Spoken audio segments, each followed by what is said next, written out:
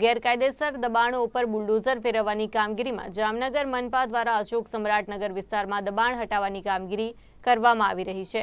Canal ઉપર સરકારની જમીન ઉપર ગેરકાયદેસર તબેલા ઊભા કરાતા મનપા દ્વારા બુલડોઝર ફેરવવામાં આવ્યું। એસ્ટેટ શાખાના અધિકારીઓ, જેસીબી અને પોલીસ સહિતની ટીમો સ્થળ ઉપર પહોંચી હતી અને દબાણ દૂર કરવાની કામગીરી હાથ ધરી। તો આ સમગ્ર કામગીરી મહાનગરપાલિકાની એસ્ટેટ શાખાના એનઆર દીક્ષિત, અનવર ગજણ સહિતના અધિકારીઓની ઉપસ્થિતિમાં હાથ ધરવામાં આવી।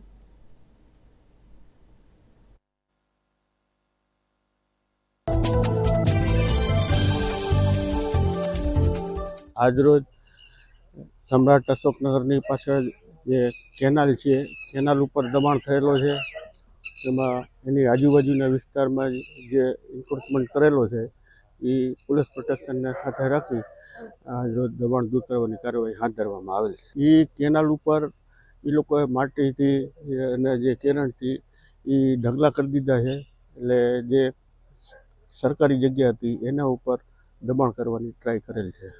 એ દબાણ દૂર કરવાની કાર્યવાહી અત્યારે આજે ચાલુ કરવામાં આવેલ છે। એ દબાણ આશરે 20,000 ફૂટ જગ્યા હશે। અત્યારે અમારા સાથે એસ્ટેટની ટીમ છે, પોલીસ વિભાગ છે, જેસીબી છે।